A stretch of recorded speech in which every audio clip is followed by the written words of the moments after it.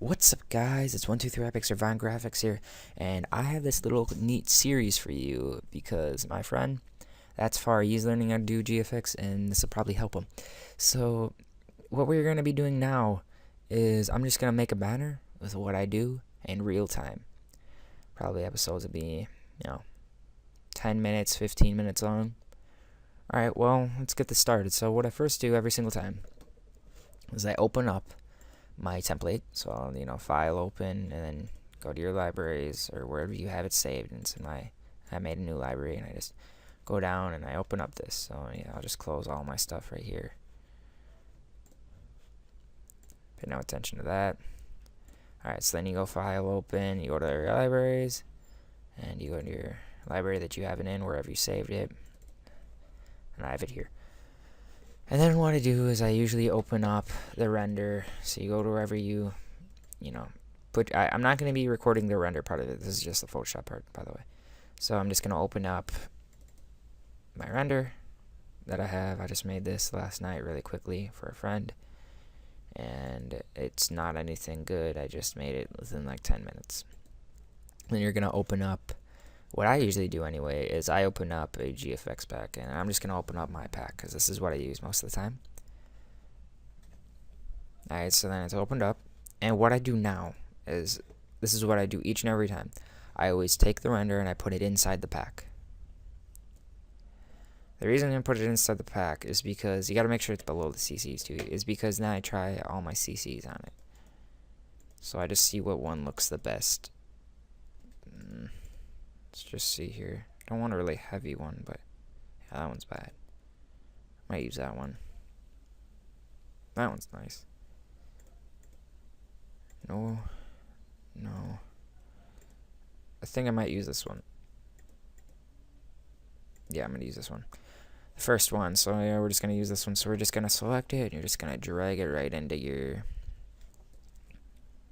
template. I have to make sure I put it inside here. And then I'm going to go back to my pack, deselect that, close that up, and I'm just going to delete my layers. I'm sorry if my Photoshop is kind of laggy. This is just how it is, especially when I'm recording. So now we're going to bring our render into our template.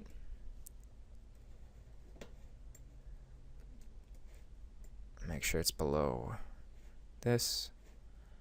Make sure it's below the CC. I'm just going to name it render because I like to stay organized when I do these. Alright, hold on. For whatever reason, I clicked the wrong thing. Now we're just going to shorten this up.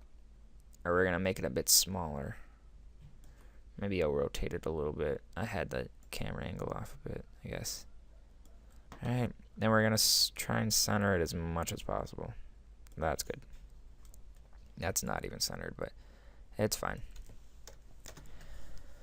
Okay, now what I do now we're gonna go to our GFX pack, and I just always bring in a grunge. I usually use this first one for dark backgrounds, which is what I'm gonna be making here. It's probably my favorite style. It's what I do most of the time. Put it below the render, obviously. You wanna bring it in.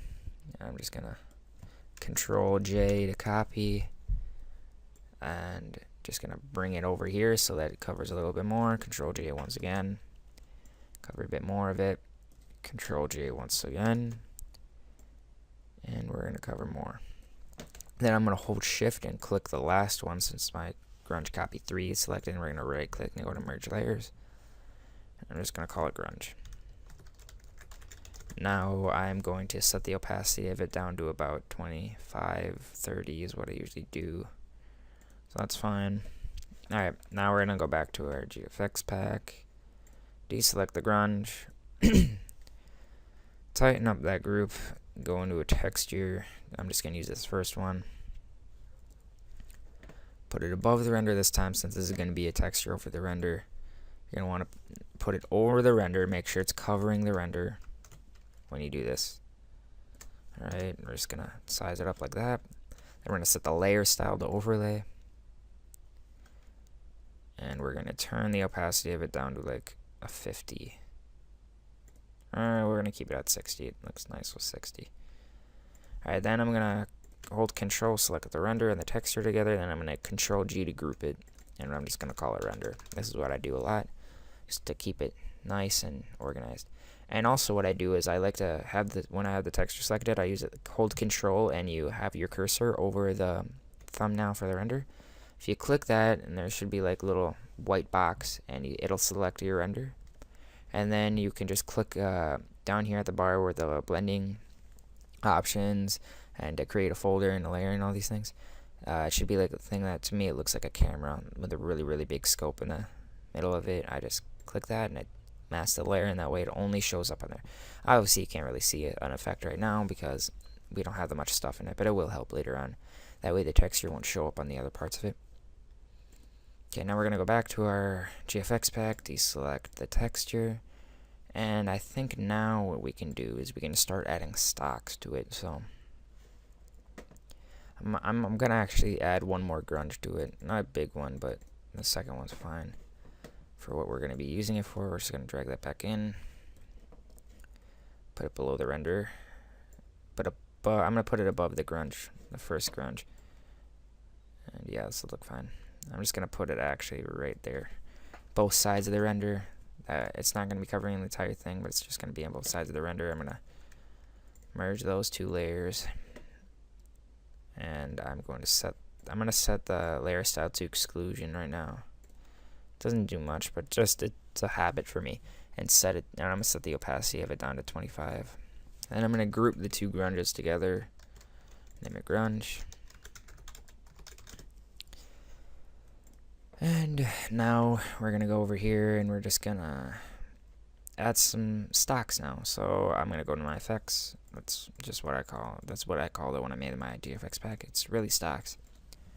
Let's see here. I usually just go through them looking for ones I like. Here's a nice one. This is a nice little grunge effect. Again, yeah, it's boring, but yeah, put this in. We can put this once I find it. Oh, it's right there.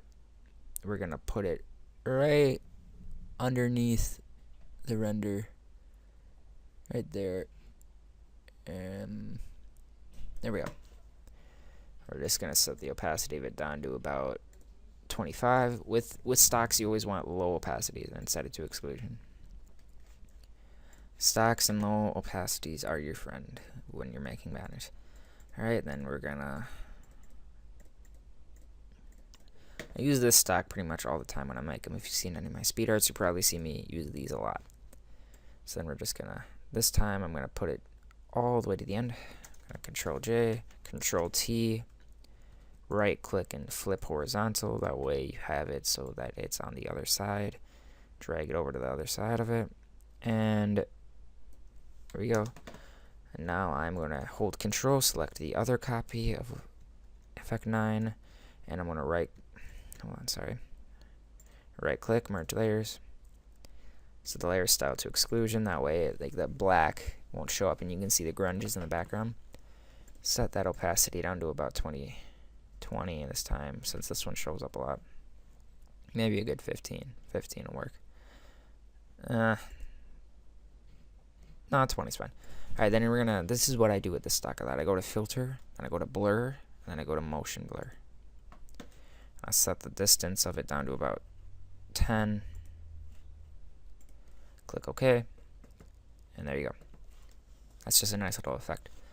And I'm going to do this now with these, because this is what I've been doing lately for my renders and my banners, is I like to erase the edges a little bit. Low opacity brush, 30, 40. Just erase like the outer sides of your banner.